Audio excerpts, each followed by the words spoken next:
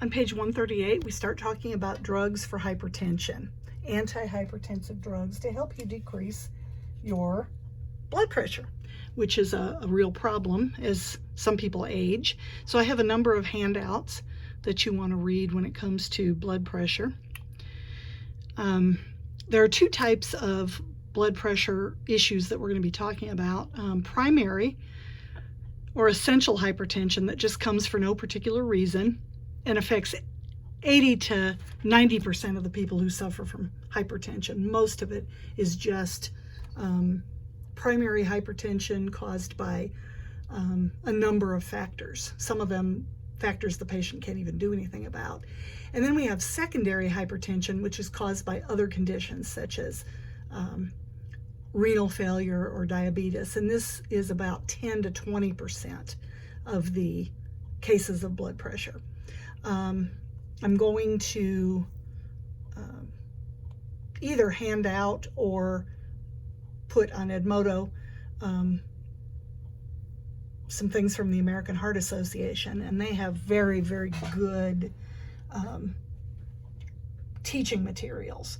They're geared to about grade 5 to grade 7 as far as a reading level, lots of bullet points, lots of pictures, so they're comfortable for people to read.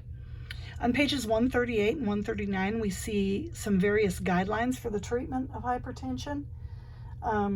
You want to read box 8.2, which is recommended lifestyle changes. You want to read different kinds of implications for nurses who are teaching their patients about antihypertensives, and realize that depending on the stage of hypertension we're talking about, that is what kind of treatment it's going to be. Generally, when a person first has what they call stage 1 hypertension, which is 130 over 80 to 139 over 89, they usually will try to encourage the patient to make lifestyle changes, change their diet, change their exercise habits, try to drop some weight. As the stages of hypertension get higher, generally they're going to look at the person's overall risk factors and usually start a person on some type of medication.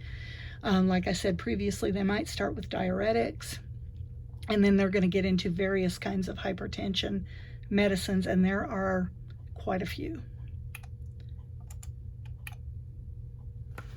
All right, so we are going to start talking about the various categories of antihypertensives. And so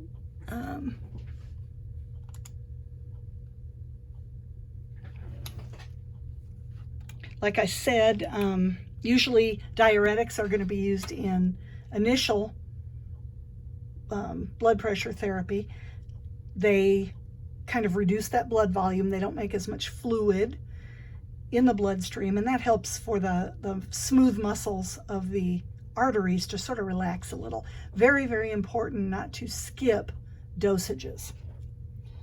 On pages 141 to 145, both in the text and in the tables, we start talking about various categories of blood pressure meds, and many of them depend on the various aspects of the sympathetic and parasympathetic nervous systems. Remember that the parasympathetic nervous system, or the acetylcholine, helps bring the heart rate back to its normal level after the sympathetic